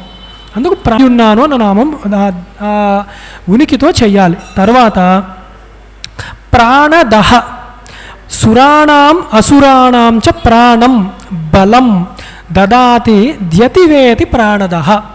సురులలో అసురులలో అంటే రాక్షసులకు దేవతలకు కూడా ప్రాణము. ఇక్కడ ప్రాణశబ్దంతో జగద్గురు ఆదిశంకరాచార్యులు వారు బలాన్ని చెప్తున్నారు. బలము రూపంలో ఉన్నది తానే అయ్యున్నాడు, ఈశ్వరుడే అయి ఉన్నాడు. అదే మేధావి అన్న నామంలో కూడా మనం చెప్పుకున్నాం. ఆ ధీశక్తిగా కూడా అందరిలో కూడా బుద్ధిశక్తిగా ఉన్నది ఈశ్వరుడే. అందుకే అన్ని ఆయుధాలు ఏదో కుబుద్ధితో సంపాదించిన కర్ణుడికి సమయానికి బుద్ధిశక్తి పనిచేయలేదు. ఎందుకు? ఆ స్ఫురణ శక్తిగా అర్జునుడి రథంలో కూర్చున్నాడు, రథాన్ని నడుపుతున్నది ఈశ్వరుడు కాబట్టి. పాపం వీడికి ఆ ధీశక్తిగా పని చెయ్యనివ్వలేదు ఈశ్వరుడు. అలాంటిదే బలము కూడా. అందరి బలము శక్తి అంటే సర్వబలములు, ఏ బలం చెప్పలేదు కదా, అన్ని విధాలుగా శారీర బలము, మానసిక బలము, బుద్ధి బలము, ప్రతి జనబలము, ధనబలము, అన్ని బలములుగా కూడా ఉన్నది సర్వజనులకు, అసురులకి సురులకు కూడా ఉన్నది పరమాత్మయే, ఈశ్వరుడే అయి ఉన్నాడు. అలాగే బలయుతులకు దుర్బలులకు బలమెవ్వడు నీకు నాకు బ్రహ్మాదులకన్. ప్రహ్లాదుడు చిన్న పిల్లాడిని అడిగితే చెప్పేశాడు ఈ విషయం. అందరికీ కూడా బలము ఎవరున్నాడు అంటే కేవలం బ్రహ్మాదులకన్, బ్రహ్మ చతుర్ముఖ బ్రహ్మగారితో సహా ఉన్నది ఒక్కడే అయి ఉన్నాడు శ్రీ మహావిష్ణువు. అంతేగాని రాక్షసులకి వారి దైవము వారి బలము ఒకడు, దేవతలకి వారి బలము వారి దేవత అని అనలేము. అందరికీ శ్రీమన్నారాయణుడే గతి. సస్సురాసుర గంధర్వం సయక్షోరగ రాక్షసం, అదే కదా, అసురులకి సురులకు కూడా రోజు అదే చదువుతున్నాం మనం. అన్నిటికీ నాథుడు, అందరికీ నాథుడు జగన్నాథుడైన శ్రీ మహావిష్ణువు. అలాగే వాసవానుజ అన్న నామం తర్వాత, వాసవానుజాయ నమః. ఆదిత్యాం కశ్యపాద్వాసవస్సానుజో జాతః ఇది వాసవానుజ. అంటే వసురూపముగా ఆయన వచ్చాడు. అంటే ఇక్కడ వసువు అయిన ఆదిత్యుడు అలాంటి వాళ్ళకి కశ్యపులకు అదితి కశ్యపులకు ఆయన కుమారుడుగా వస్తూ ఉంటాడు పరమాత్మ వామనావతారంలో. అనుజుడు ఎవరు? ఇంద్రుడు యొక్క తమ్ముడుగా వచ్చాడనమాట. ఆ వసువు అన్న శబ్దంతో ఇంద్రుడు కూడా చెప్పబడ్డాడనమాట. ఇంద్రుడికి అనుజుడుగా వచ్చి ఆ ఇంద్రుడి యొక్క బలాన్ని వృద్ధి చెంది, ఇందాక అదేగా చెప్పుకున్నాం ప్రాణద, ఆ ఇంద్రుడి యొక్క బలాన్ని వృద్ధి చేసి, అలాగే అసలు బలం బలి అనుకుంటున్న వాడి యొక్క బలాన్ని తగ్గించిన వాడు ఎవరు అంటే వాసవానుజుడు అయిన శ్రీ మహావిష్ణువు అని. అలాగే అపాం నిధయే నమః. ఆపో యత్ర నిధీయంతే సహ అపాం నిధి అని. ఈ జలములు అన్నీ కూడా, జలములు అంటే ప్రాణశక్తే ఒక రకంగా, అంతే కదా. ఎంత ఈ ఎండాకాలంలో మనం చూస్తే ఎంతో కష్టపడతాం. ఎవరో వచ్చారు ఎండలో, అమ్మో అలసిపోయామండి, చాలా దూరం నుంచి వచ్చాము, తీవ్రంగా ఉన్నాడు మార్తాండు, తప్పింపజేసేస్తున్నాడు అని. అప్పుడు ఏమంటారు? రండి షడ్రోసోపచార భోజనం పెడతాను అన్నా అనుకోండి, ఆయన కొంచెం మంచినీళ్ళు ఇప్పియండి అంటారు. ఊరుకోండి మీరు మరీను, మంచినీళ్ళల్లో ఏముంది, అంత చక్కటి భోజనం పెడతాను అంటే ముందు ప్రాణాలు లేస్తాయండి, మంచినీళ్ళు ఇవ్వండి అంటారు. అంటే ప్రాణములో నీళ్ళల్లో ప్రాణశక్తిగా ఉన్నది పరమాత్మయే. అదే గీతలో కూడా అంటారనమాట మనకి అధ్యాయంలో 10వ అధ్యాయంలో, ఈ నీళ్ళల్లో ప్రాణశక్తిగా ఉన్నది నేనే అంటాడు పరమాత్మ. రసరూపంగా నేను అయి ఉన్నాను అని. అదే ఇక్కడ చెప్తున్నారన్నమాట అపాం నిధి అని. అన్ని జలములను ఒక చోట పట్టి ఉంచినవాడు పరమాత్మ. సాగరములుగా లేదా సముద్రుడుగా, దానిలోంచే వస్తాయి నదులు, దానిలోకే వెళ్తూ ఉంటాయి. కారణుడుగా కూడా పరమాత్మయే అయ్యున్నాడు. ప్రాణశక్తిగా ఆయన అయ్యున్నాడు. రసస్వరూపుడుగా ఆయన అయి ఉన్నాడు. అలాగే అప్రమత్త, తర్వాత అధిష్టానాయ నమః అని. అధితిష్టంతి భూతాని ఉపాదాన కారణత్వేన ఇది బ్రహ్మ అధిష్టానం మత్స్థాని భూతాని అని గీతావచనంలో కూడా జగద్గురువులు ప్రమాణం చూపెట్టారు. బ్రహ్మము సర్వలోకములకు జగత్తుకి కూడా, అంటే 14 భువనములకు కూడా అధిష్టానమై ఉన్నది. ఒక బ్రహ్మమే, గుర్తుపెట్టుకోండి. ప్రతి లోకానికి ప్రతి బ్రహ్మము లేదు. అదే అన్నది ఏకమేవాద్వితీయం బ్రహ్మ అన్నప్పుడే ఒకటే ఆత్మ, నేహ నానాస్తికించిన వేరేది ఏది లేదు అని చెప్తున్నారు. మరి కనపడట్లేదు అంటే అధిష్టానముగా అయి ఉన్నది అది చెప్తున్నారు. ఉపాదాన కారణత్వేనా అన్నారు. ఇక్కడ ఒక చిన్న వేదాంతాన్ని కొంచెం మనం తెలుసుకుంటే, ఉపాదాన కారణమై ఉన్నాడు పరమాత్మ. అంటే మట్టి కుండ ఉన్నది, మట్టితో ముడి సరుకు అది, దాంతో కుండని తయారు చేశాం. ఇప్పుడు మట్టియే లేదనుకోండి, కుండ అన్నది వస్తుందా? అసలు రాదు. అంటే రా మెటీరియల్ ఖచ్చితంగా ముడి సరుకు ఏది ఉండాలి? మట్టి అయి ఉండాలి. అలాగే బంగారము, నగలు తయారవ్వాలంటే బంగారమై ఉండాలి. బంగారం అంటూ ఉంటే ఉంగరం చేసుకుంటామా, గొలుసు చేసుకుంటామా, కిరీటం చేసుకుంటామా, మన ఇష్టం. అసలంటూ బంగారం ఉండాలి. అలాగా ముడి సరుకు అయి ఉన్నది ఎవరు అంటే పరమాత్మ, అధిష్టానం అంటారు. జగత్తుగా భాషించాలన్నా కూడా ఈశ్వరుడే అయి ఉండాలి. అది ఆయన ఇష్టము, ఆయన స్వతంత్రుడు. అది ఎలా ఉండాలి అని గొలుసుగా, నగలుగా, ఉంగరాలుగా, చంపస్వరాలుగా, కిరీటముగా ఉన్న ఇన్ని నామరూపాలుగా ఉన్నా కూడా బంగారము, వాటిలన్నిట్లో కూడా ఉన్నది బంగారమే. బంగారం కన్నా వేరేది లేదు.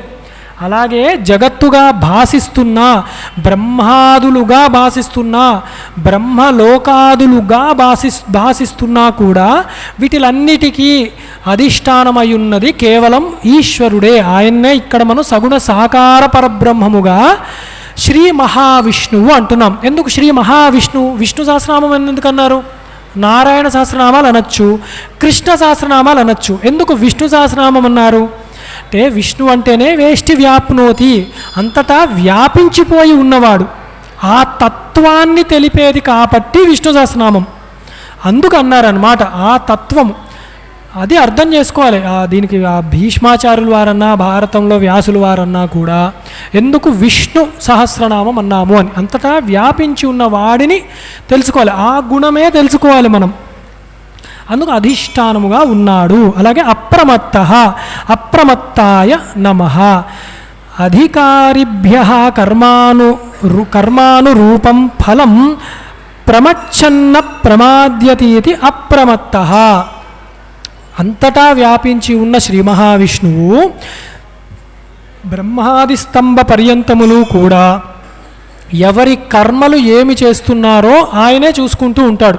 ఆయన నియమించవచ్చు వేరే వాళ్ళందరినీ కూడా ఏమి చేస్తున్నాడు, బుద్ధీంద్రియాలు, మిగతా ఇంద్రియాలు అవన్నీ కూడా గమనిస్తాడు. చిత్రగుప్తుడు, సూర్యుడు, చంద్రుడు, వాయువు ఇట్లాంటి వాళ్ళందరూ కూడా రిపోర్ట్ రాసుకుంటూ ఉంటారు, వీళ్ళు ఏ కర్మలు చేస్తున్నారు, ఎప్పుడు ఏమేం చేస్తున్నారు అని. కానీ వీళ్ళందరూ వాళ్ళ గురించి కాదు, స్వతంత్రులు కాదు, వాళ్ళందరూ మళ్ళీ శ్రీ మహావిష్ణువుకి అప్పచెప్పాలి. స్వామి ఇదిగోండి వీళ్ళు ఇట్లాంటివి చేశారు, దీనికి తగ్గ కర్మలు మీరు ఇవ్వాలి.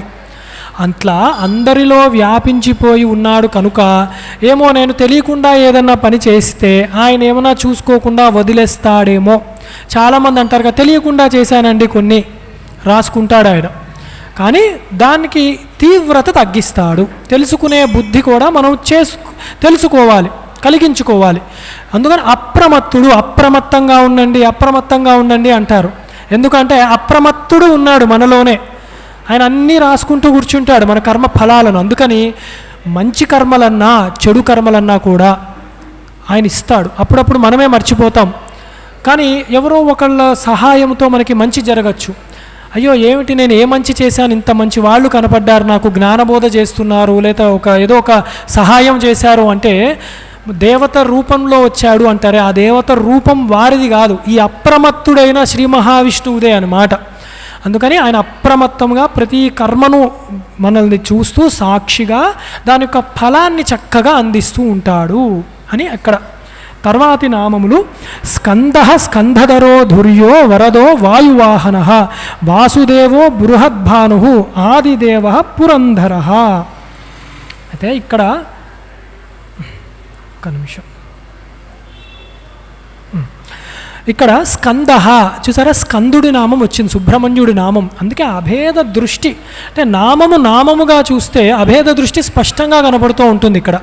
కానీ ఇక్కడ భాష్యంలో జగద్గురు ఆదిశంకరాచార్యుల వారు ఎలా ఇచ్చారని చూసినప్పుడు స్కందుడు అన్నప్పుడు స్కంద్యత్య అమృత రూపేణ, స్కందుడికి కూడా ఆ పేరు ఎందుకు వచ్చిందంటే అమృత స్వరూపుడు కాబట్టి సుబ్రహ్మణ్యుడు ఆయన. అంటే స్వచ్ఛమైన బ్రహ్మతత్వము ఆయన రూపమే బ్రహ్మతత్వము, అమృతతత్వము. అలాంటి రూపమే శ్రీ మహావిష్ణువుది కాబట్టి శ్రీ మహావిష్ణువు కూడా స్కంద అని అన్నారన్నమాట. చక్కటి బ్రహ్మతత్వం, పరబ్రహ్మతత్వము, అదే సగుణ సాకార బ్రహ్మము అని. తర్వాత స్కంధధరాయ నమః. స్కంధం ధర్మపథం ధారయతీతి వా స్కంధధర. స్కంధం అన్న నామముతో ధర్మపథము, ధర్మ మార్గము, సదాచారము, సత్వగుణము అని చెప్పబడుతూ ఉన్నాయి. ఆ మార్గములో తీసుకువెళ్ళేవాడు, ఆ మార్గములో ఉన్నవాడు కాబట్టి స్కంధధరుడు శ్రీ మహావిష్ణువు. తర్వాత ధుర్యాయ నమః. ధురం వహతి సమస్తభూత జన్మాది లక్షణామితి ధుర్య. అంటే సర్వ ప్రాణుల యొక్క, జీవుల యొక్క, వారి జనన మరణముల యొక్క భారాన్ని ఆయనే తీసుకుని ఎంత నీచుడైనా కూడా వాడు చనిపోయాక ఆయనలోనే కలుపుకుంటాడు. వాడికి మళ్ళీ దానికి తగ్గట్టు ఒక అవకాశాన్ని, ఇంకో ఉపాధి కలిగిస్తూ ఉంటాడు. మనం అనొచ్చు చిచ్చి వీడు నీచుడండి, పరమాత్మలా అనుకోడు, పక్షపాతి కాదు. నీచుడైనా కూడా ఆయనలో తీసుకుని దానికి ఆ కర్మములకు తగ్గ ఫలాన్ని ఆయన అందిస్తూ ఉంటాడనమాట. ఒక ఉపాధి ఇచ్చాడు, శరీరాన్ని ఇచ్చాడు అంటేనే ఒక అవకాశాన్ని ఇచ్చినట్టు.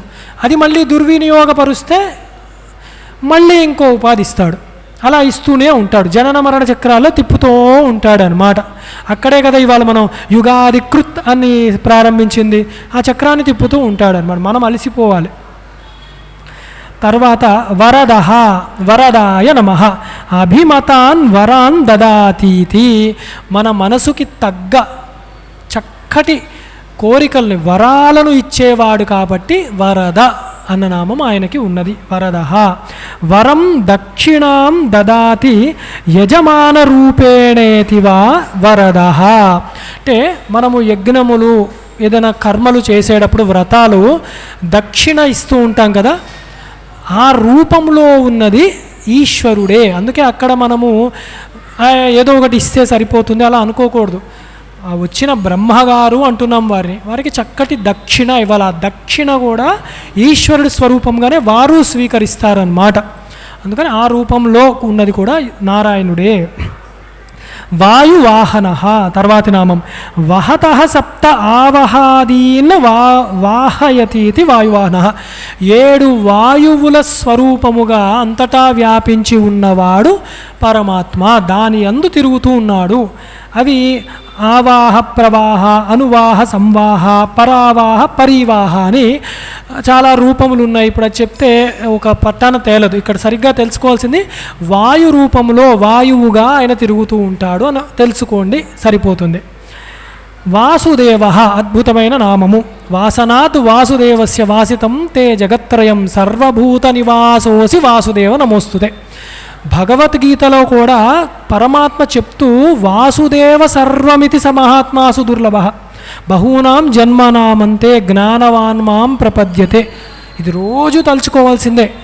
జ్ఞానులు మాత్రమే తెలుసుకుంటారని చెప్పారు. అనేక జన్మల యొక్క సాధన చేయగా ఏమి తెలుసుకుంటారు అంటే వాసుదేవ సర్వం ఇది, సర్వం వాసుదేవం అని తెలుసుకునేది. అది తప్ప వేరే పదార్థం లేదు. స మహాత్మాసు దుర్లభ. అలాంటి వాళ్ళు చాలా గొప్పవాళ్ళు అరుదుగా ఉంటారు. అది వాసుదేవ శబ్దానికి ఉన్న గొప్ప మాట. సర్వము విష్ణుమయం చూడాలి, అభేద దృష్టి. అక్కడ ఇంకా భేదాలు చూసుకుంటూ కూర్చునేవాడికి ఆ వాసుదేవ తత్వం అర్థము కాదు. అది అన్నమాట. వసతి వాసయత్యాచ్ఛాదయతి సర్వమితి వా వాసు. సర్వము వ్యాపించిపోయి ఉన్నాడు, మాయతో కమ్మి ఉన్నాడు కాబట్టి కనపడట్లేడు ఆయన. అందుకని వాసు అన్నారు.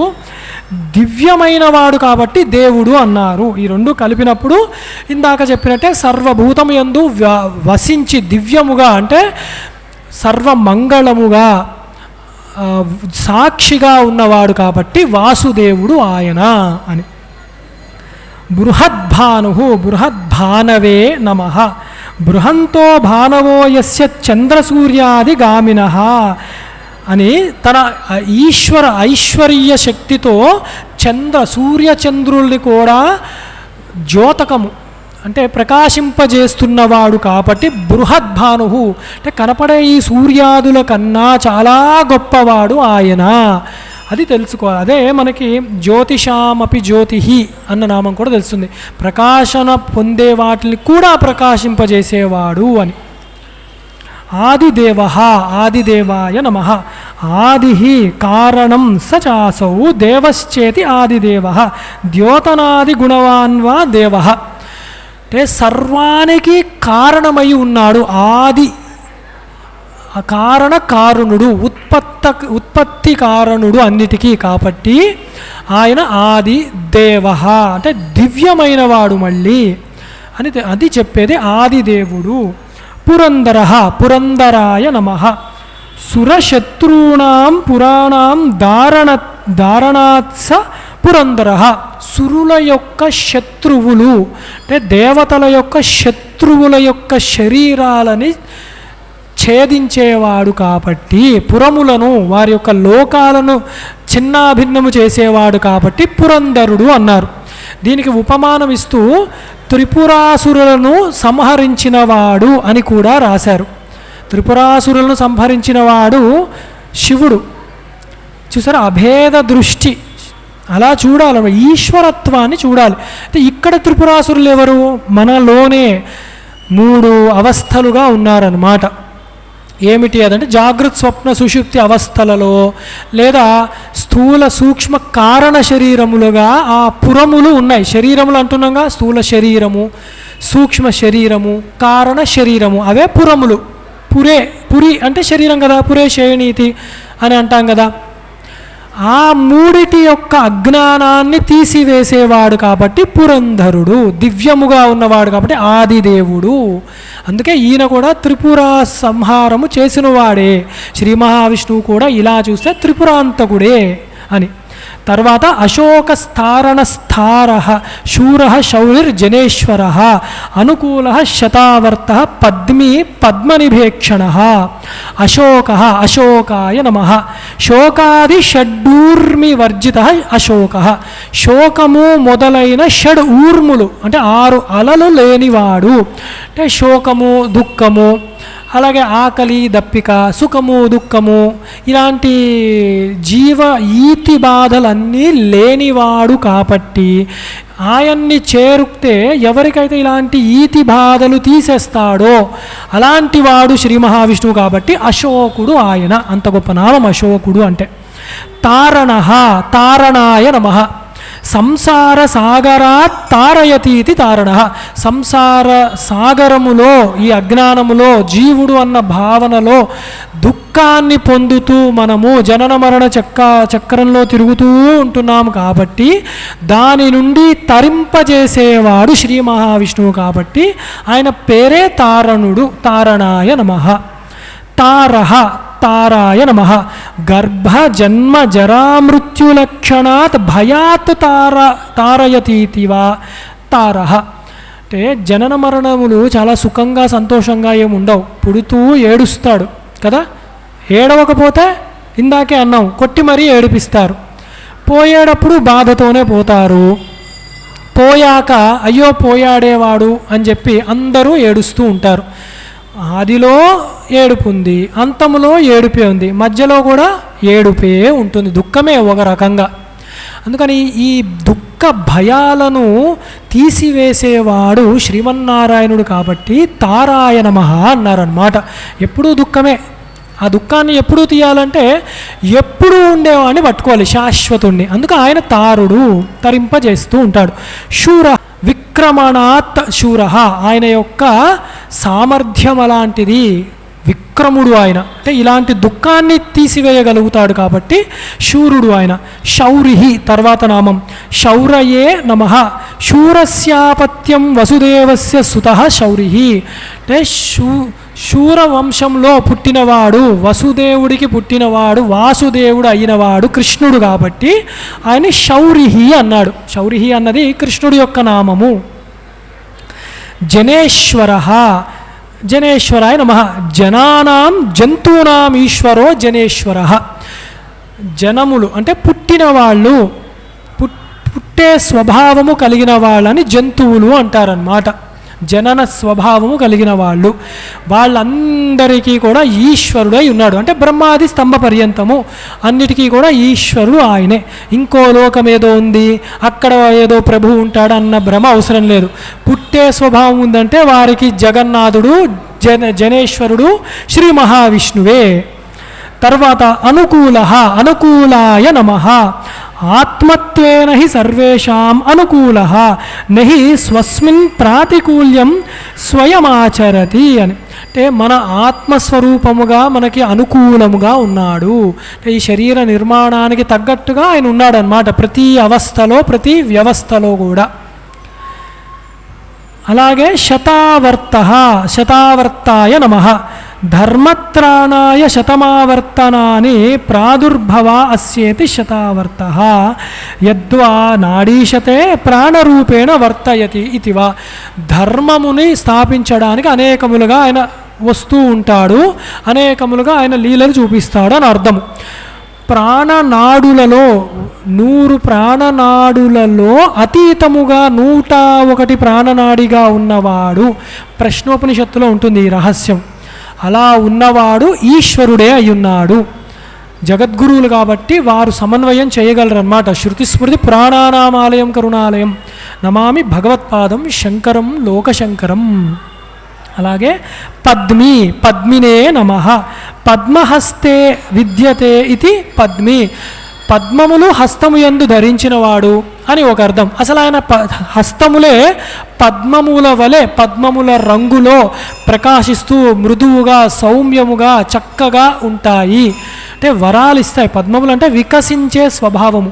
ఈయన వర్షి కదా, వర్షిస్తూ ఉంటాడు, వికసిస్తూ ఉంటాయి, వరాలను ఇస్తూ ఉంటాడు. వరద ఆయన పేరు, అందుకని పద్మి ఆయన పేరు. పద్మనిభేక్షణ, పద్మనిభేక్షణాయ నమః. పద్మనిభే ఈక్షణే దృశావస్యేతి పద్మనిభేక్షణ.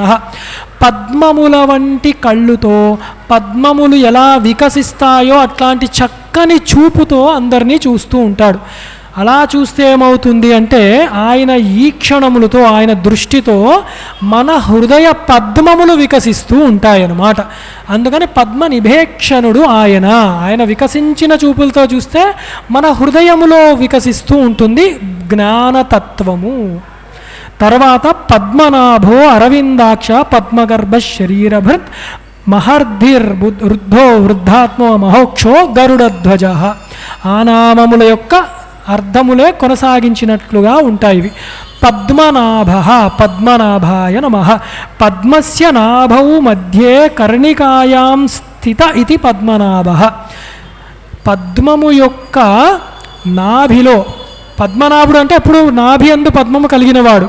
కానీ జగద్గురులు ఇది రెండోసారి వచ్చింది కాబట్టి ఆయననే పద్మములో ఉంటాడు. అంటే హృదయము యొక్క పద్మములో, ఆ పద్మములో దుద్ది ఉంటుంది, ఆ దుద్ది లోపల దర్శిస్తాడు. అంటే వికసించిన హృదయాలలోనే గోచరమవుతాడు పరమాత్మ. అందున ఎక్కడ మామూలుగా వికసిస్తే సరిపోదు, దానిలో దుద్ది అంటే సారము, తేనె దానిలో ఉంటుంది, అది పుచ్చుకోగలగాలి. అప్పుడు మనం మందార మకరంద మాధుర్యముల తేలు మకరందువునే మదనములకు అన్న మాట అర్థమవుతుందన్నమాట. అలా తీసుకోగలగాడు భగవతత్వం. ఎక్కడ బయట కాదు, ఇక్కడే ఈ హృదయ కోశముల లోపల ఉన్న ఆ పరమాత్మ తత్వాన్ని స్వీకరిస్తూ ఉండాలి. అప్పుడు మనకు ఆ ఆనంద రసము ఆయనే అయి ఉన్నాడు, రసోవై సహా అన్నది అర్థమవుతుంది. కాబట్టి పద్మనాభుడు. అరవిందాక్ష, అరవిందాక్ష నమః. అరవింద సదృశే అక్షిణీ అస్యేతి అరవిందాక్ష. అరవిందుములో లాగా ఆయన చూపులు ఉంటాయి. అంటే ఇందాక పద్మనాభ అన్నారు కదా, మన హృదయ పద్మములు. అరవిందుడు అంటే సూర్యుడి యొక్క ప్రకాశముతో విచ్చుకునే స్వభావం కలిగినవి. అంటే సూర్యుడి ప్రకాశముతో విచ్చుకునే దృష్టి మన యందు ప్రసరింపజేస్తూ ఉంటాడు. సూర్యుడు అన్నప్పుడే బుద్ధి, జ్ఞానము, జ్ఞాన దృష్టి కలిగిన వాడు, జ్ఞాన ప్రసారము చేస్తూ ఉంటాడు. అప్పుడు మన బుద్ధి హృదయములలో భగవతత్వము వికసిస్తూ ఉంటుంది. తర్వాత పద్మగర్భ, పద్మగర్భాయ నమః. పద్మస్య హృదయాఖ్యాస్య మధ్యే ఉపాస్యత్వాత్ పద్మగర్భ. హృదయ పద్మము ఒకటి ఉన్నది, దాని యందు ఉపాసించిన వారికి గోచరం అవుతూ ఉంటాడు. యోగి హృత్ పద్మనిలయే అంటాం. అందుకే యోగుల యొక్క పద్మ హృదయములో వికసిస్తూ ఉంటాడు. యోగము అయి ఉండాలి, యోగి అయి ఉండాలి అని. శరీరభృత్, శరీరభృతే నమః. శరీరాన్ని ధరించేవాడు, కాపాడేవాడు. పోషయన్ అన్నరూపేణ ప్రాణరూపేణ వా శరీరిణాం శరీరాన్ని ధారయన్ శరీరభృత్. అన్నరూపముగా ప్రాణరూపముగా శరీరాన్ని నిలబెడుతూ ఉండేది పరమాత్మయే. తిన్న అన్నము అరగాలి, వంట పట్టాలి, ఓజస్సుగా తేజస్సుగా మారాలి అంటే ఈశ్వరుడే శరీరభృతుడై ఉన్నాడు. శరీరాల్లో భర్తగా భరించేవాడుగా ఉన్నాడు. అందుకే మనము అన్నం తింటూ కూడా ఇది అహం వైశ్వానరో భూత్వా ప్రాణినాం దేహమాశ్రిత ప్రాణాపాన సమాయుక్త పచాన్యం చతుర్విధం ఎందుకంటున్నాము? అది ఇదే ప్రార్థన. నీవు ఆ శరీరంలో ఇది బలంగా మారకపోతే నాకు అన్నం అరగలేదు సరదాగా అంటారు కదా, తింటే ఆయుసం తినకపోతే నీరసం అని. అలా తయారవుతుంది లేకపోతే. అందుకని అది చక్కటి శక్తిగా మారాలి, ప్రాణశక్తిగా కూడా. అందుకు ఆయన శరీరభృతుడై ఉన్నాడు. అలాగే మహర్దిహి, మహర్ధయే నమః, మహతీ వృద్ధిర్విభూతిరస్యేతి మహర్దిహి, ఆయన విభూతులతో ఆయన వృద్ధి చెందుతూ ఉంటాడు, ఈ విశ్వాన్ని వృద్ధి చేస్తూ ఉంటాడు కాబట్టి మహర్దిహి అని. తర్వాత రుద్ధాయ నమః, ప్రపంచరూపేణ వర్ధమానత్వాత్ రుద్ధ, ఆయన అవ్యక్తుడు, కనపడడు, నిర్గుణ నిరాకారుడు, కానీ ఆయన వృద్ధి పొందుతున్నాడు, సృష్టి జరుగుతున్నట్టు కొనసాగుతున్నట్లు. ఆయన కూడా అలాగే అవతారాలు తీసుకున్నప్పుడు దేహవానివ జాతవానివ దేహవానివ అంటారు జగద్గురువులు. పుట్టినవాని వలె, పెరిగిన వాని వలె, తిరుగుతున్న వాని వలె. ఏమిటంటే నిజంగా ఆయనకి పెరగడము లేదు, తరగడము లేదు, అవ్యక్తుడు, అక్షరుడు, అచ్యుతుడు, కానీ మరి అలా కనపడుతున్నాడు కాబట్టి రుద్ధ, కనపడుతున్నాడు కాబట్టి రుద్ధుడు అనుకోండి అని. వృద్ధాత్మ, వృద్ధ పురాతన ఆత్మ యస్యేతి వృద్ధాత్మ, పురాతనమైన వాడు ఆత్మ. ఆయన ఏ ఆత్మ? జీవాత్మన పరమాత్మన? భగవద్గీతలో చూడండి అలా కూడా ఎక్కడా చెప్పలేదు, మాట్లాడింది ఒక ఆత్మ గురించి. అందుకే ఏకమేవాద్వితీయం బ్రహ్మ, ఆత్మ ఒకటే ఎప్పుడూ కూడా ఉన్నది. స విజ్ఞేయ, స ఆత్మ స విజ్ఞేయ అన్నారన్నమాట శాస్త్రంలో. ఆ ఆత్మను తెలుసుకో, అందుకే ఎప్పటి నుంచి ఉన్నది ఒక ఆత్మయే. పురాతనమైనది అంటే పాతబడిపోయిందా? పాతబడింది కాదయ్యా, అది ఎప్పుడు నూతనముగా ఉందన్నమాట. పురా నవ ఇది పురాతనం అని. పురాణం అంటే అర్థం అది ఎప్పుడు, ఎప్పటి నుంచి నవముగా నూతనముగా ఉంది కాబట్టి అని చెప్తున్నారు. అందుకని వృద్ధాత్మ. మహాక్షాయ నమః, మహతి అక్షిణి మహాంత్యక్షిణి వా అస్యేతి మహాక్ష, గొప్ప కళ్ళు కలిగినవాడు, గొప్ప సాక్షిభూతముగా ఉన్నవాడు. ఎవరు ఏది ఎక్కడ ఎలా చేసినా అది తెలిసిపోతుంది. అంటే నాస్తికుడు దేవదూషణ చేశాడు, ఆయన పట్టుకుంటాడు. ఆస్తికుల రూపంలోనే నాస్తిక భావజాలాలు వెలుజమ్ముతూ ఏదైనా చేశాను అది కూడా కనపడుతుంది ఆయనకి. బయట వాడిని మోసం చేయొచ్చు, అందుకే అంటారు మూడో వాడిని మోసం చేయొచ్చు, మూడో కంటికి తెలియకుండా మోసం చేయొచ్చు, కానీ 3 కన్నుల వాడిని మోసం చేయలేరు అంటారు. అది మహోక్ష అంటే అన్నమాట. ఎందుకంటే ఈయన కూడా సహస్రాక్షుడు కాబట్టి. తర్వాత గరుడధ్వజ, గరుడాంక ధ్వజో యస్యేతి గరుడధ్వజ, గరుత్మంతుణ్ణి ధ్వజముగా కలిగినవాడు. గరుత్మంతుడి యొక్క ఆవిర్భావంలో చెప్తారు, ఆయన ఆ అండముని పగలగొట్టుకొని వచ్చేటప్పుడు ఆ గరుత్మంతుడి యొక్క బంగారు రెక్కలను ఆయన ఇలా అల్లారుస్తుంటే దానిలోంచి వేదనాదము వినపడుతుందంట. అంతటి మహాత్ముడు గరుత్మంతుడు. ఆయన మీద ఎక్కి తిరుగుతున్నాడు, ఆయన పతాకముగా కలిగి ఉన్నాడు శ్రీ మహావిష్ణువు. అంటే వేదస్వరూపుడు, నాదస్వరూపుడు అని అర్థం అన్నమాట. వేదము తెలియదగేవాడు భగవానుడు అని తెలుసుకోవాలి.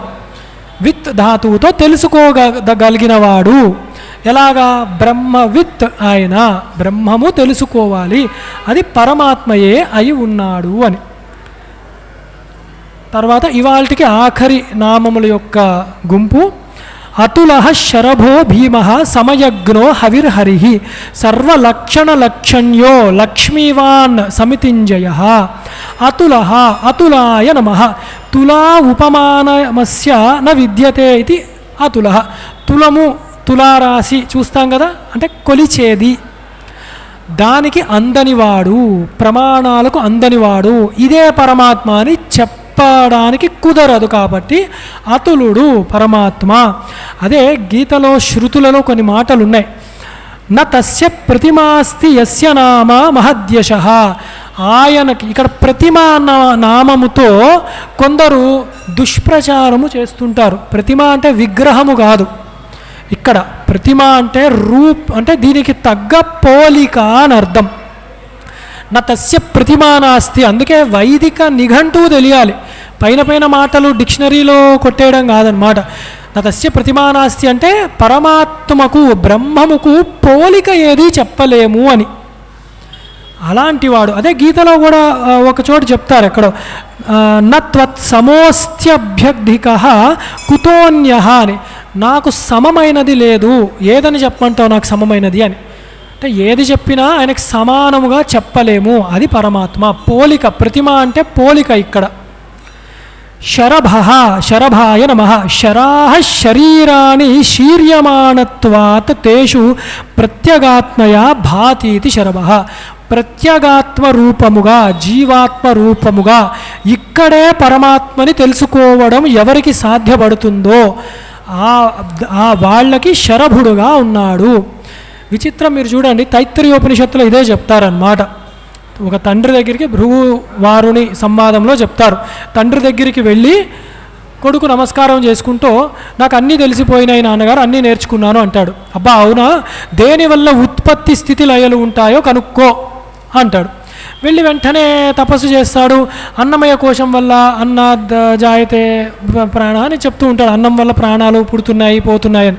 కాదు, మళ్ళీ రా అంటాడు. ప్రాణం వల్ల అంటాడు. కాదు, మళ్ళీ మనస్సు వల్ల, విజ్ఞానం వల్ల, తర్వాత ఆనందం అది చెప్తాడన్నమాట. ఆనందో పరబ్రహ్మేతి విజానయాత్ ఆనందేన ఖల్విమాని భూతాని జాయంతి ఏన జాతాని జీవంతి యత్ ప్రయంతి అభిసంవశంతి అని అక్కడ పెద్ద ఘట్టం నడుస్తుంది. అంటే ఆనందమై ఉన్నాడు, బ్రహ్మమే అయి ఉన్నాడు. ఎక్కడ కనుక్కున్నాడు ఆనందము బ్రహ్మము? అవన్నీ బయట కాదు, ఇక్కడ ప్రత్యేగాత్మ, ఇక్కడే గుర్తుపట్టాడు బ్రహ్మమును. తైత్తిరీయ ఉపనిషత్తు దీనికి నిదర్శనం అన్నమాట, జీవుడే బ్రహ్మము అని చెప్పడానికి. అందుకు అది ఏమిటంటే శరభ నామముతో ఈ ప్రత్యేగాత్మయే బ్రహ్మముగా శరీరములోనే భాషించేవాడు అని తెలుస్తోంది. తర్వాత భీమాయ నమః. బిభ్యేత్యస్మాత్ సర్వమితి భీమః. అన్నిటినీ భయపెట్టించేవాడు కాబట్టి భీముడు అన్న నామము పరమాత్మకి చెప్పబడ్డాయి. ఎవరెవరిని అంటే మృత్యువుతో సహా భయపడిపోతారన్నమాట. ఈ పంచాధావతి మృత్యు అని చెప్పి సాక్షాత్ యముడితో సహా భయపడిపోతూ ఉంటారు ఈశ్వరుడి యొక్క తేజస్సుకి అని. అలాగే సన్మార్గవర్తినా భీమః ఇతివా. అంటే మనల్ని భయపెట్టి కూడా సన్మార్గములో పెడుతూ ఉంటాడు ఆయన. భయం లేకపోతే, ఆయన శిక్షిస్తాడన్న భయం లేకపోతే సన్మార్గంలో ఉండము కాబట్టి భయపెడతాడు. అలాగే సమయజ్ఞాయ నమః. సృష్టిస్థితి సంహార సమయవిత్. సృష్టిస్థితి సంహారములు చక్కగా పాటిస్తూ ఉంటాడు. సమయానికి ఏది జరగాలో జరిగిపోతుంది. మనం ఎంత తలుచుకున్నా జరగాల్సిన జరుగుతుంది. అలాగే షట్ సమయాన్ని జానాతీతివా సమయజ్ఞ. 6 సమయములుగా రోజులో యజ్ఞములలో కూడా ఉంటుంది. సమయము విభాగిస్తారు. ఆ సమయముగా కాలస్వరూపముగా లేదా 6 ఋతువులుగా సమయములుగా ఉన్నది కూడా పరమాత్మయే అయి ఉన్నాడు. అందుకే ఎండాకాలం ఏంటంటే ఇలా ఉందని దూషణ చేయొద్దు ఎవరు, ఎందుకంటే ఆ సమయజ్ఞుడు ఆయనే అయి ఉన్నాడు. హవిర్హరయే నమః. యజ్ఞేషు హవిర్భాగం హరతీతి హవిర్హరి. చాలా గొప్పది ఇది. ప్రతి యజ్ఞములో హవిస్సు వేస్తారు. అది నారసింహ హోమాలైనా, రుద్రహోమాలైనా, దుర్గా యజ్ఞములైనా ఏదా కానివ్వండి, ఏ ఇష్టి అయినాయండి, హవిస్సు తీసుకునేది అగ్ని రూపంలో తీసుకున్నది. ఆ హవిస్సు రూపంలో ఉన్నది హరియే అయ్యున్నాడు. అది హరించేవాడు, స్వీకరించేవాడు స్వామియే అయ్యున్నాడు. అందుకు యజ్ఞపురుషుడు ఆయన, యజ్ఞో వై విష్ణు అని. అలాగే లక్షణ. అయితే సర్వైర్లక్షణై ప్రమాణై లక్షణం జ్ఞానం జాయతే యత్తద్వినిర్దిష్టం సర్వలక్షణలక్షణం తత్ర సాధు సర్వలక్షణలక్షణ్య తస్యైవ పరమార్థతత్వం. సాధువుల యందు సర్వలక్షణములుగా గోచరించేది, సాధువులకు పరమాత్మ యొక్క తత్వము లక్షణము గోచరింపజేసేది శ్రీ మహావిష్ణువే అయి ఉన్నాడు. వేరే వాళ్ళకి గోచరం రాదు. అందుకే ఎన్నోసార్లు మీరు గీతలో చూడండి, భగవద్గీతలో వేత్తి మాం తత్వతః ఈ తత్వతః అన్నది వినపడుతూ ఉంది.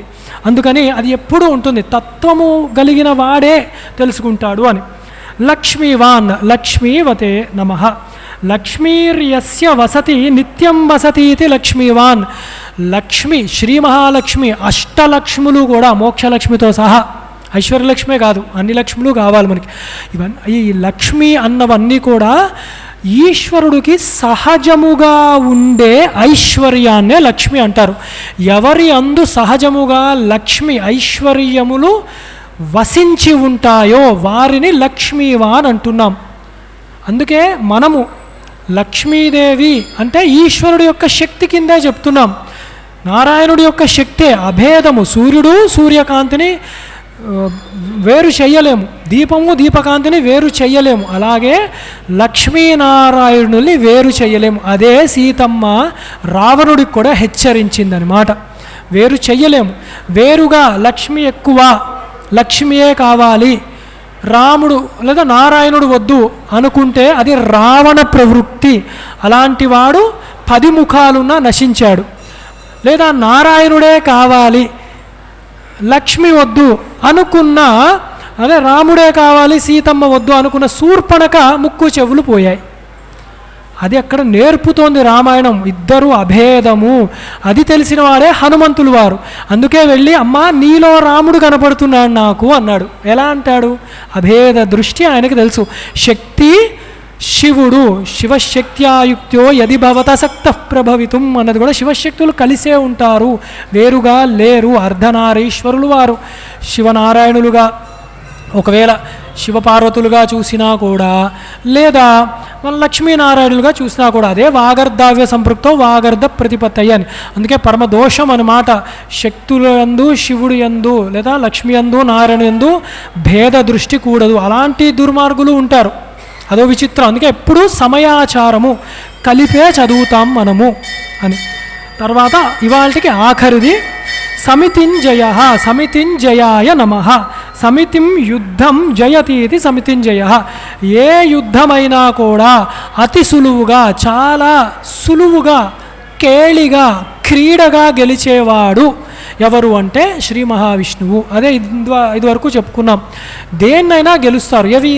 ఇంద్రియము నిగ్రహంలో గెలుస్తాడు మా శ్రీరామచంద్రమూర్తి ఉన్నారు. వేరే వాళ్ళు యుద్ధంలో గెలుస్తారా? శ్రీకృష్ణ పరమాత్మ ఉన్నారు. రాక్షసులతో గెలుస్తారా? నారసింహుడు ఉన్నాడు. అలా ఎక్కడ చూసినా కూడా స్వామి గెలుస్తూనే ఉంటాడు, జయశీలుడై ఉన్నాడు అని ఆ స్వామిని తలుచుకుంటే అందరికీ సర్వ జయములు కలుగుతాయని చెప్తూ,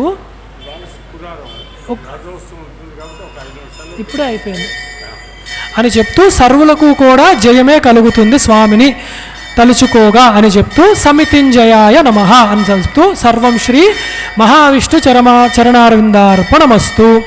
శ్రీరామ జయ రామ జయ జయ రామ. శ్రీరామ జయ రామ జయ జయ రామ.